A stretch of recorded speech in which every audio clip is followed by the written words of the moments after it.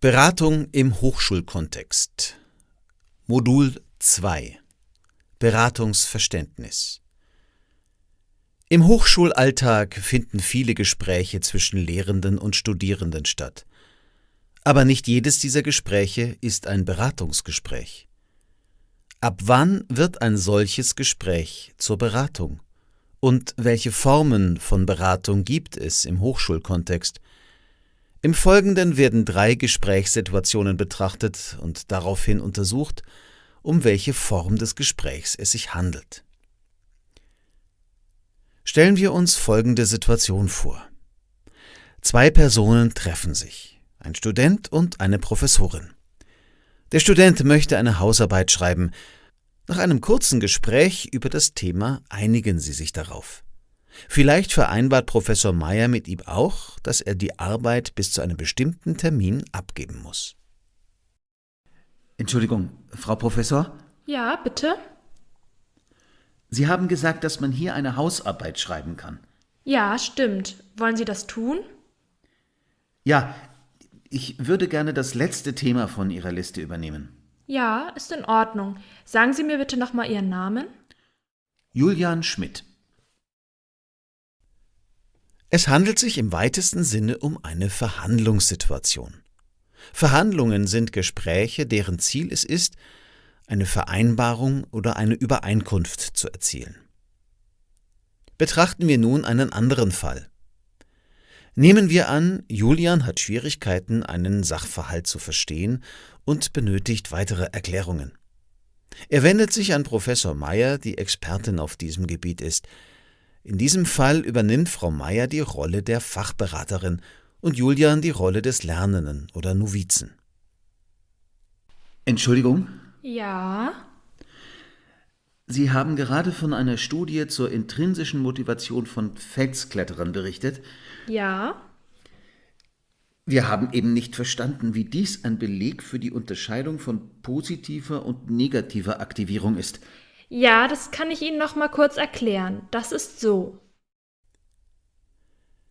Wenn es darum geht, sich über ein bestimmtes Fachgebiet informieren oder aufklären zu lassen, liegt eine Fachberatung vor.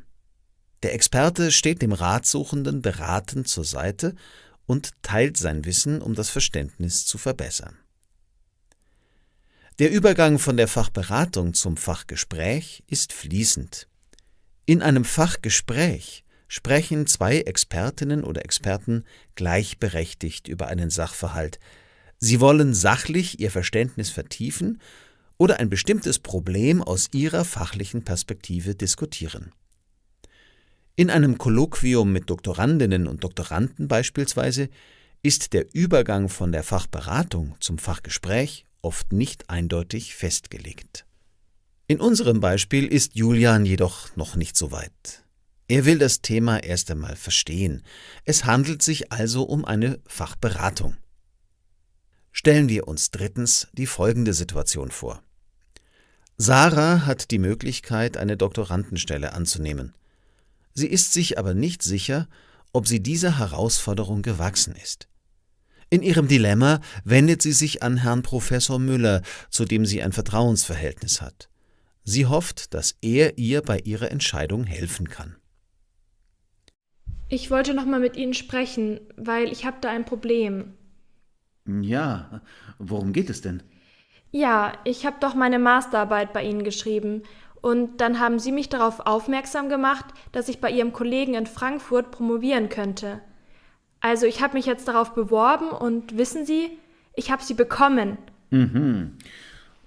Und jetzt, wo Sie die Stelle bekommen haben, sind Sie ganz unsicher geworden, ob Sie sich das zutrauen können. Ja, stimmt. Ich meine, promovieren ist doch eine ganz andere Nummer als eine Masterarbeit. Nun stellt sich die Frage, ob Herr Müller als Experte gefragt ist. Er ist Experte auf dem Gebiet des industriellen Prozessmanagements. Aber ist er auch Experte für die erfolgreiche Bewältigung einer Promotion?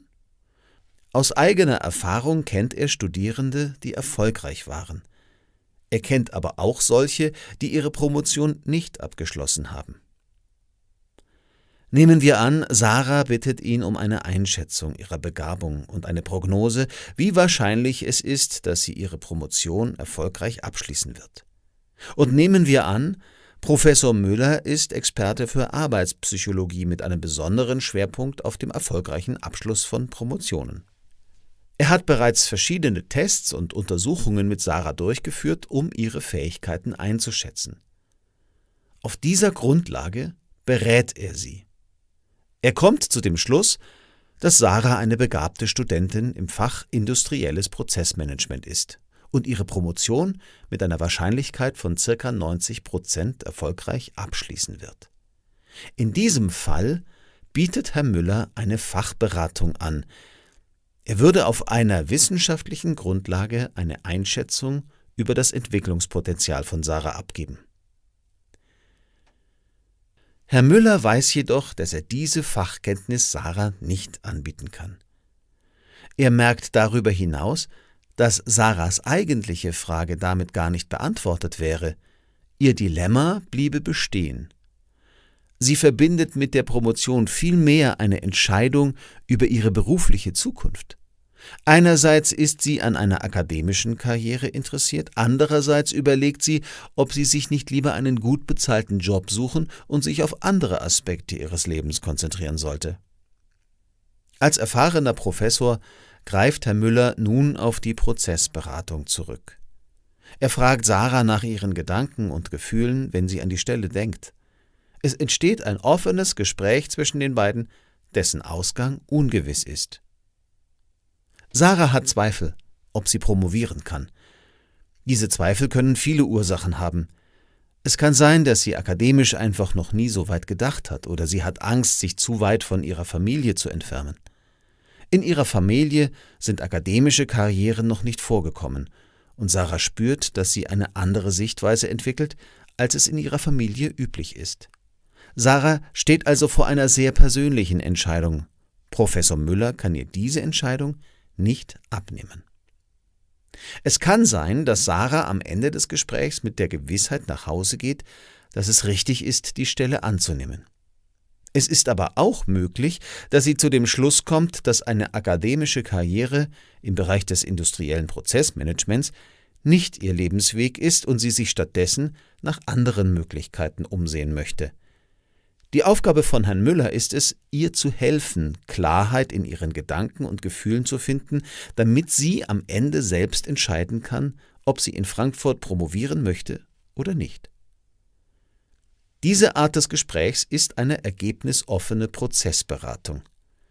Bei einer Prozessberatung steht die beste Lösung nicht von vornherein fest. Eine Prozessberatung zielt darauf ab, die Ratsuchende in ihrem Selbstklärungsprozess zu unterstützen, damit sie eine Entscheidung treffen kann. Fassen wir noch einmal die wichtigsten Punkte zusammen. In der Lehre gibt es verschiedene Arten von Gesprächssituationen.